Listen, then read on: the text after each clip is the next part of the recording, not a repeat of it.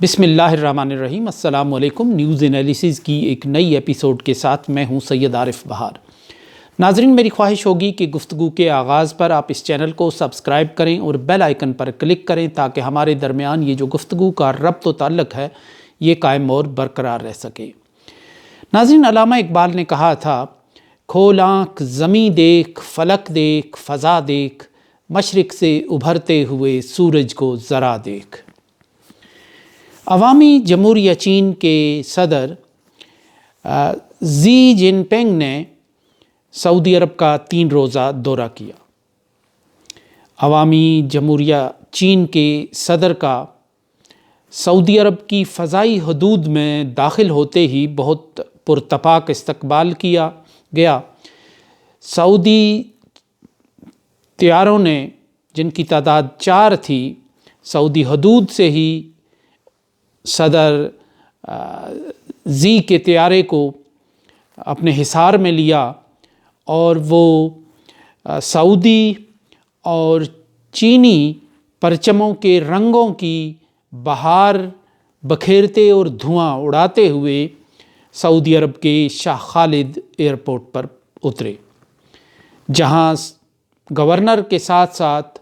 سعودی عرب کی شاہی خاندان کے اہم افراد نے ان کا استقبال کیا۔ یہیں صدر زی کو ایک جامنی کارپٹ بچھا کر خوش آمدید کہا گیا۔ اس خبر پر گفتگو کرنے سے پہلے ان 2 حقائق کا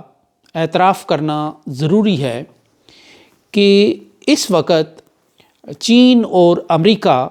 کی عالمی مسابقت اور سرد جنگ پورے عروج پر پہنچ چکی ہے۔ زیادہ سے زیادہ ملکوں کو اپنی طرف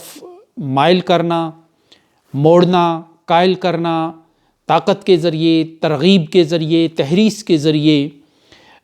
دونوں ملک اس کا بھرپور مظاہرہ کر رہے ہیں۔ اور یہ کشمکش سال 2 سال کی نہیں ہے، یہ آنے والے دور کی کشمکش ہے۔ یہ تجارت سے لے کر اسٹریٹجک میدانوں تک اس کی وسعتیں اور اس کی جہتیں پھیلی ہوئی ہیں۔ ایک تو یہ اس وقت عالمی سطح کی سب سے بڑی حقیقت ہے، اور دوسری بڑی حقیقت جو سعودی عرب اور امریکہ کے تعلقات کے حوالے سے ہے وہ یہ ہے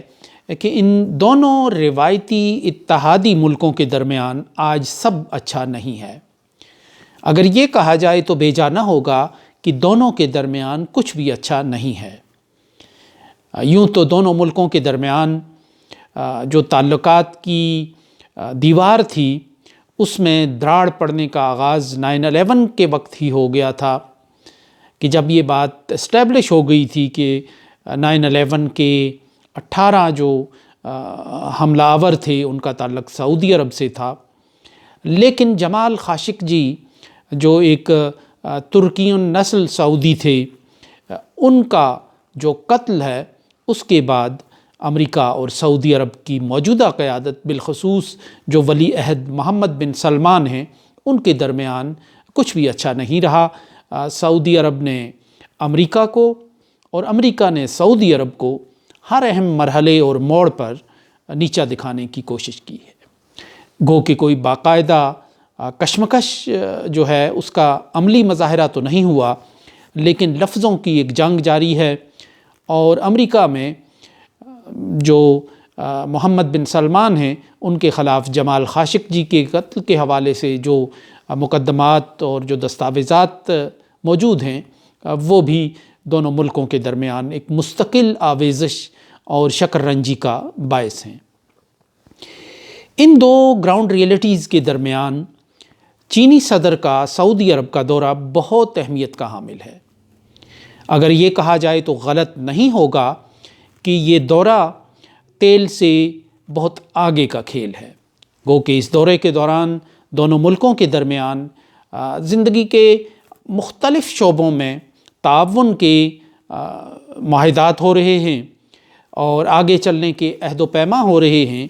لیکن حقیقت میں مغرب اس کو اصل تناظر میں دیکھ رہا ہے، اور وہ ہے اس کی اسٹریٹجک اور مستقبل کی صف بندی کی جہت اور پرت،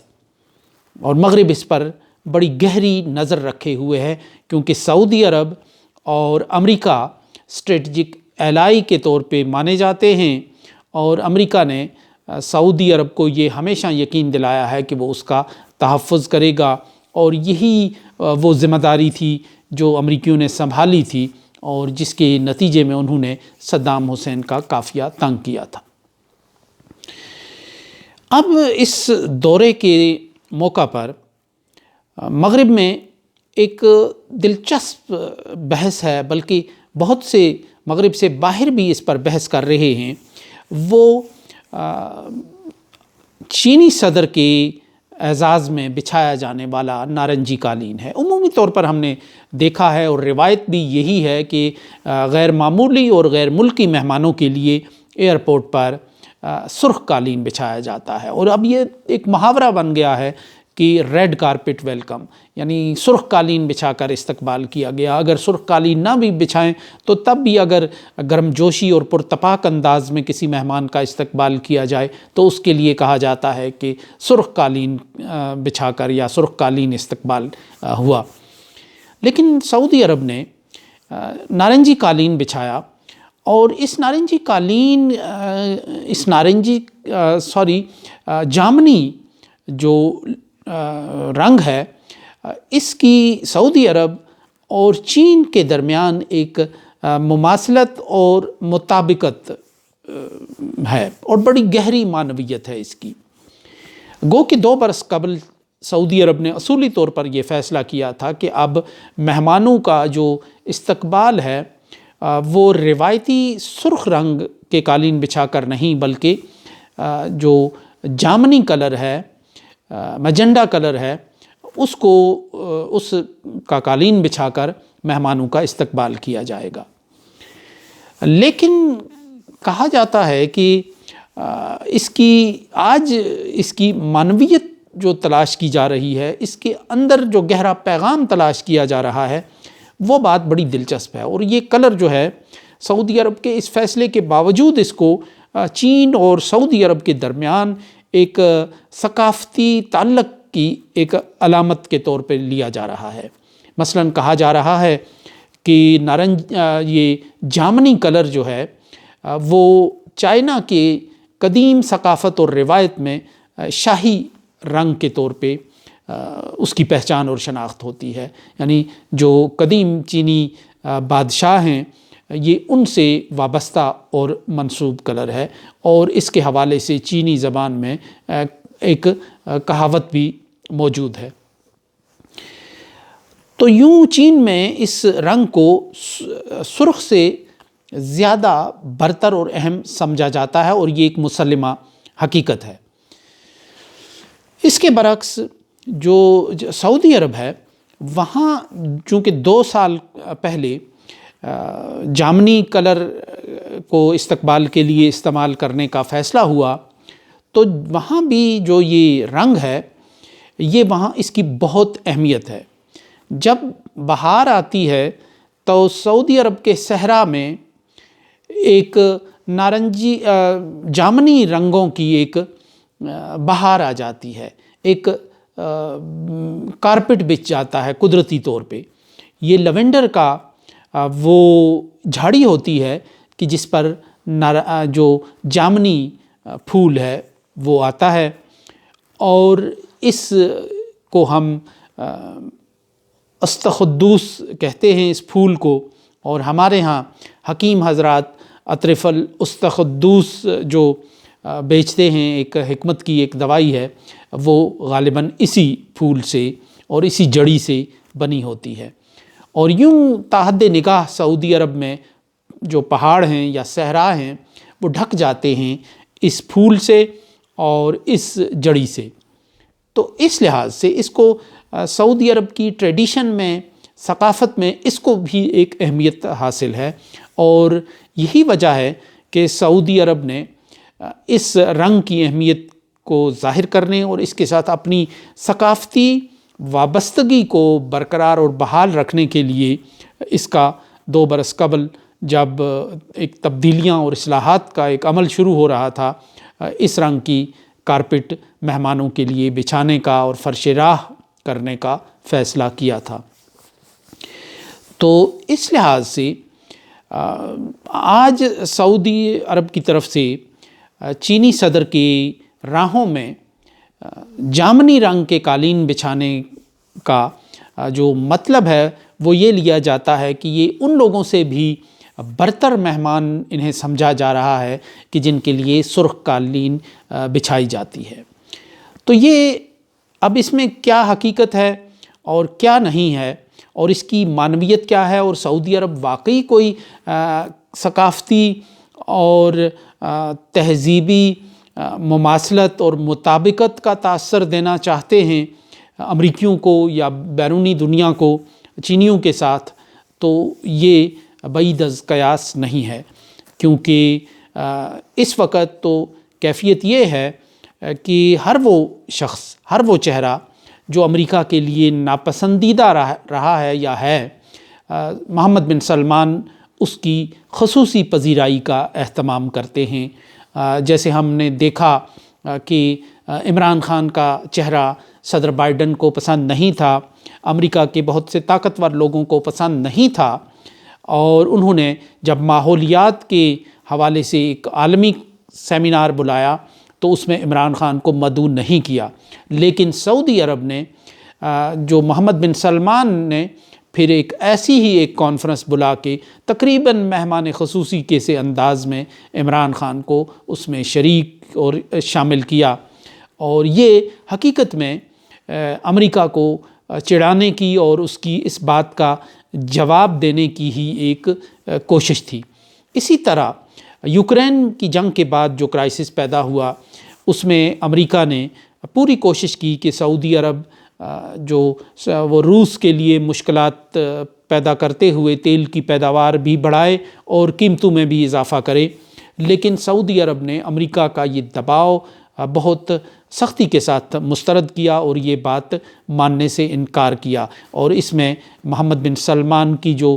فکر ہے اور سوچ ہے وہ جھلکتی ہے۔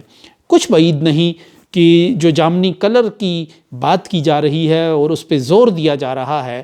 محمد بن سلمان اس رنگ کے ذریعے